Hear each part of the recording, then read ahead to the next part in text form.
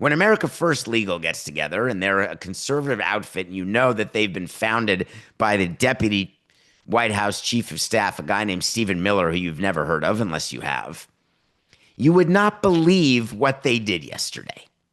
They filed a civil rights complaint with the EEOC, that's the Equal Employment Opportunity Commission, against, wait for it, the Los Angeles Dodgers. Their claim is that the Los Angeles Dodgers, by having a DEI component to their team, to their front office, by being forward-facing about wanting to hire and develop women or people of color, that they are actually violating equal protections. And there are many people in the audience who may think, wow, it's really hard on white people right now. They're being totally discriminated against, maybe totally in favor. But I ask you, as you're going through this topic and listening to exactly what they're alleging, they are alleging, and this is the America First legal outfit.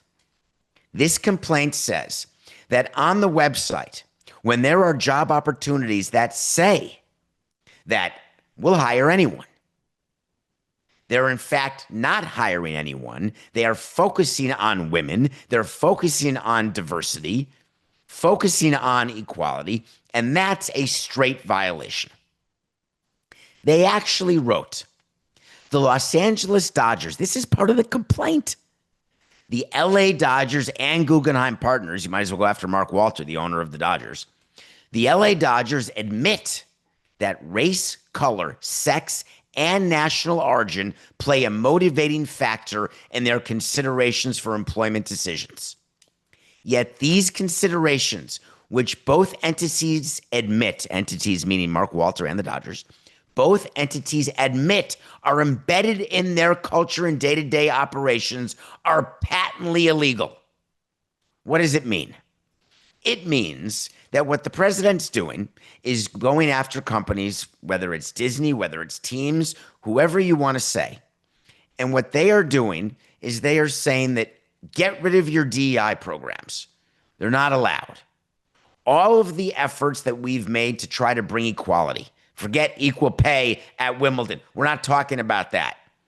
Anytime that you say that you are looking to fill a quota or to increase the number of women in your front office, all things that we tried to do and wanted to do, increase the number of African Americans in the front office, the number of Latinos in the front office, all of that means that it's at the expense of someone else who would be equally qualified, who is not of those either brown, black, or a woman.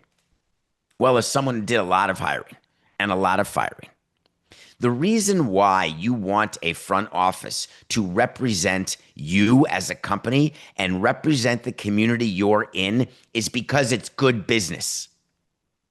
If you are in a place like Los Angeles and you don't have any people, any Mexicans working for you, people who speak Spanish, women, men, LGBTQ, if you don't have that, how exactly are you doing business? It's actually one of the greatest and oldest principles that was ignored for so long in such a silly way, where it was the same people looking the same way at the head of companies that had customers that didn't look like them, think like them, or act like them. Is it now that we should not hire young people because we're trying to attract young people to our business, or a younger demographic because now we are being ageist? It is a fact of life that when you are 57 years old, that you may not be as attractive to a company as if you're 37 years old. Why? Because the 37-year-olds have a longer career track, number one, unless you have nothing personal. And number two, they have a different language, a different mentality, a different sensibility about your product and what you're selling and what you are wanting your customers to know about what you do. And if we think it's good policy to force companies to ignore their customers, then America won't be first. They won't even be on the podium. And if you think for 1 second that that the complaint filed with the EEOC had nothing to do with what happened with the Dodgers only a few weeks ago. Remember when Stan Kasten came out and he talked about what was going on with ICE, and there was a problem with ICE at Dodger Stadium and they didn't let ICE in? And then you remember the Dodgers said, we're going to do something, we're not sure what, and they gave $1 million to immigrant groups because of what's happening in LA. Do you think that was for business? Was it for show? Was it to go against Trump? Was it to appease the Democratic Party? What would be the reason that the Dodgers are taking a stand and are taking a position in this issue? Because it's impacting their community for better, for worse, whether you agree with it or disagree with it. You have to know where you're doing business. Why do you think a team in middle America, and I just say the Milwaukee Brewers just for fun, but the Milwaukee Brewers are not donating $1 million to immigrant groups right now because there's no problem with Germans coming in at the moment. And the reality is that if I were running the Dodgers, I'd be doing the exact same thing. I did it in Miami, where we had to have people speaking Spanish, had to have people from Cuba, had to have people who I may have disagreed with politically or agreed with politically, had to have them in your front office, had to have them on your team. Although in baseball, it's easy to be diverse because of the quality of player. I would just say that the selective complaint following is something I'd prefer to stay away from. And if you think that there is not PR involved in this, if you think that there's a reason that this is happening, Mark Walter, who is becoming the face of LA, Mark Walter, who is now going to have the Dodgers and the Lakers, if you think that this is not some sort of play to try to appease a base of people who are not understanding the reality of what companies go through day to day or what families or people go through day to day, then you're not paying close attention. If you are going through websites, and we covered this when government websites were scrubbing parts of history, we've talked about this with critical race theory and all the different things. There's one thing you know as a nice Jewish boy from New York, that if you don't pay attention to the past, you are condemned to relive it. It is so critical to pay attention to what's happening when it happened and how it impacts what's happening now.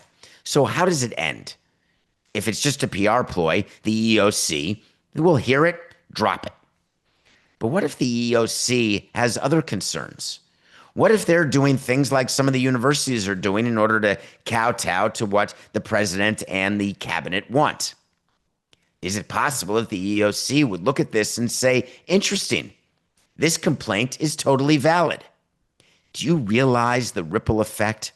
That's not putting a pebble in a river. That's dropping a boulder in a river. Because if you think the Dodgers are the only baseball team or basketball team or football team or hockey team or business selling widgets of any kind who engage in these practices, you're just wrong. Therefore, you go after the Dodgers and you prevail. You may have people change their websites. You may have people scrub programs as though that's going to cure it. But if you have people who want to make money in business or a public company that you want shares to outperform index funds, you have to have a business that reflects the community in which they do business. I don't know how to say it any more clearly. A result that would have the EEOC prevail and this complaint prevail, and the EEOC allow this to prevail, it will have a quashing impact on business in a way that we're not properly forecasting. If I am the Dodgers, I am not acquiescing. I am not changing one thing at all. In fact, I'm going to do the opposite. I'm going to double down as a way to explain that I'm in the right. By the way, my franchise may be worth $10 billion.